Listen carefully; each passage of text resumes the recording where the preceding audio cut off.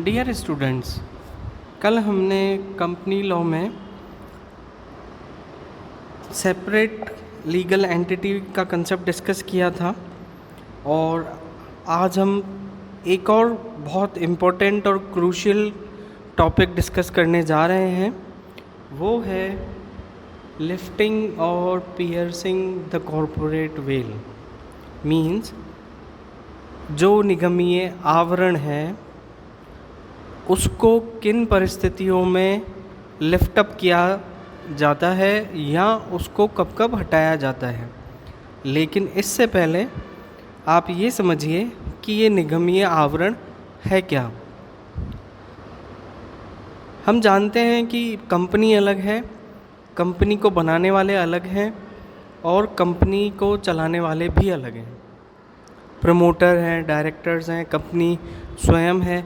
Company एक artificial person है, कृत्रिम व्यक्ति है जिसका लीगल एग्जिस्टेंस है, जो कॉन्ट्रैक्ट कर सकती है, जो बाह्य व्यक्तियों पर, आउटसाइडर्स पर परिवाद प्रस्तुत कर सकती है, स्यू कर सकती है और बाहरी व्यक्ति कंपनी के ऊपर या जो डायरेक्टर्स हैं या जो कंपनी के मेंबर्स हैं वो भी कंपनी के ऊपर परिवाद प्रस्तुत कर सकते हैं। इसका मतलब ये हुआ कि जो कंपनी का अस्तित्व है और जो उसके प्रमोटर हैं या उसको चलाने वाले हैं, बोर्ड ऑफ डायरेक्टर्स हैं, उसके जो एम्प्लॉयज़ हैं वो अलग हैं।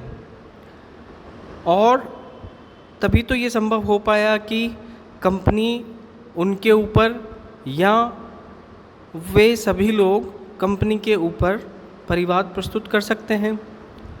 इसका मतलब ये हुआ कि कंपनी एक कृत्रिम व्यक्ति तो है ही, लेकिन उस कंपनी को जो चलाने वाले हैं उन व्यक्तियों से भी वो अलग है। इसलिए हमने एक परिकल्पना करी कि कंपनी और जो दूसरे कंपनी के अलावा जो भी लोग हैं उनके बीच में एक छद्म आवरण है, एक स्यूडो वेल है, एक पर्दा है। और उस पर्दे को नॉर्मली हम हटाते नहीं हैं। क्यों नहीं हटाते हैं? यदि हम उस आवरण को हटाएंगे तो हमारी जो कंपनी है, जो आर्टिफिशियल पर्सन है, उसका अस्तित्व जो है वो परिस्थितियों के अनुरूप बिगड़ सकता है। लेकिन कई परिस्थितियां ऐसी भी आती हैं जिन परिस्थितियों में उस आवरण को, उस कॉरपोरेट वेल को लिफ्ट अप करना ज़रूरी होता है, हटाना ज़रूरी होता है। तो वो परिस्थितियां क्या हैं, आज हम उनके बारे में चर्चा करेंगे। दो परिस्थितियां बताई गई हैं जिनके अंतर्गत हम उस निगमीय आवरण को हटाते हैं। पहली परिस्थिति क्या है? अंडर स्टैट्यूटरी प्रोविजंस, यानी कि जो वैधानिक प्रावधान है उनके अंतर्गत उसे हटाया जा सकता है। दूसरा है अंडर जुडिशियल इंटरप्रिटेशंस, यानी कि जो न्यायिका है, उस न्यायिका का जो वर्णन है, यदि न्यायिका ने ये कहा है कि आवरण हटा देना चाहिए, तब हम उन वर्णन के अंतर्गत उस आवरण को हटाते हैं। एक एक करके हम डिस्कस करते हैं। पहला है स्टैट्यूटरी प्रोविजंस। कंपनी के जो छद्म आवरण है उसको वैधानिक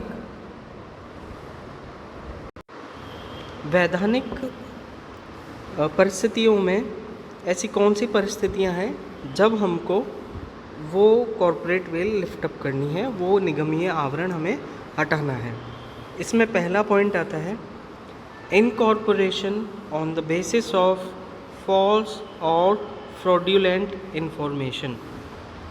मीन्स जब किसी कंपनी को इनकॉर्पोरेट किया गया है, बनाया गया है गलत और झूठी सूचना के आधार पर, जो उसको बनाने वाले हैं उन्होंने कंपनी बनाने के लिए जो इन्फॉर्मेशन दी है, जो सूचनाएं दी हैं वो गलत है।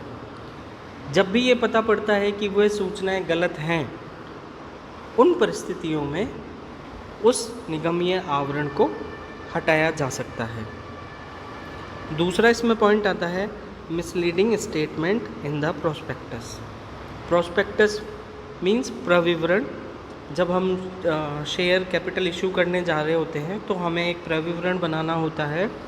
उस प्रविवरण में हम अपने बिजनेस ऑपरेशंस की जानकारी देते हैं, हमारे कैपिटल स्ट्रक्चर जो होने वाला है उसकी जानकारी देते हैं, शेयर से संबंधित जानकारी देते हैं, और भी बहुत सारी जानकारी होती है। यदि उस प्रविवरण में, उस प्रोस्पेक्टस में किसी ने, प्रमोटर ने या सब्सक्राइबर ने गलत सूचना दी है या उसमें कोई मिसलीडिंग स्टेटमेंट दिया है, तब भी कॉरपोरेट वेल को लिफ्ट अप किया जा सकता है। नेक्स्ट आता है issue of prospectus for fraudulent purpose. Company के जो उद्देश्य हैं उनमें जो हमारे डिफरेंट पार्टीज़ हैं उनका इंटरेस्ट होता है, जैसे कि लाभ अर्जित करना, सोसाइटी को सर्व करना, कोई प्रोडक्ट है उनको बाज़ार में लेके आना वगैरह वगैरह। लेकिन कुछ उद्देश्य यदि किसी कंपनी के छिपे हुए हैं, ये पॉइंट आएगा बाद में, कि यदि किसी कंपनी के कुछ छिपे हुए उद्देश्य हैं जो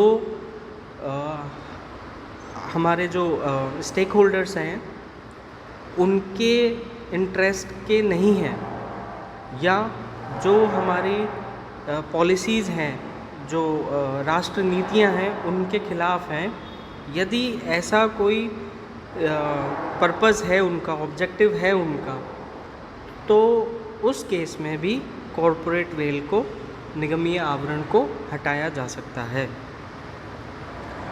next is failure to repay deposits accepted for fraudulent purpose.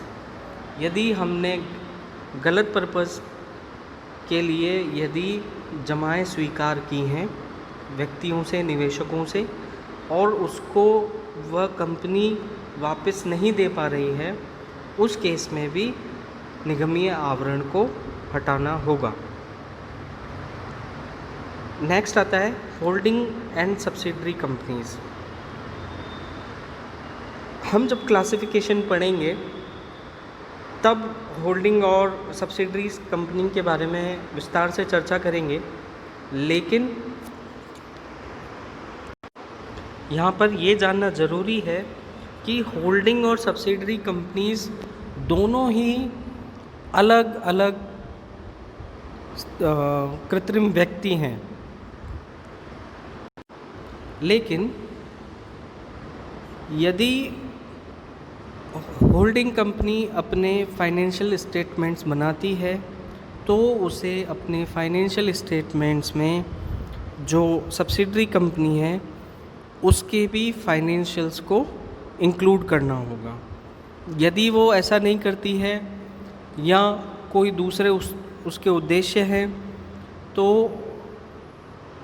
उन दोनों में अंतर पता करने के लिए कॉरपोरेट वेल को लिफ्ट अप किया जा सकता है।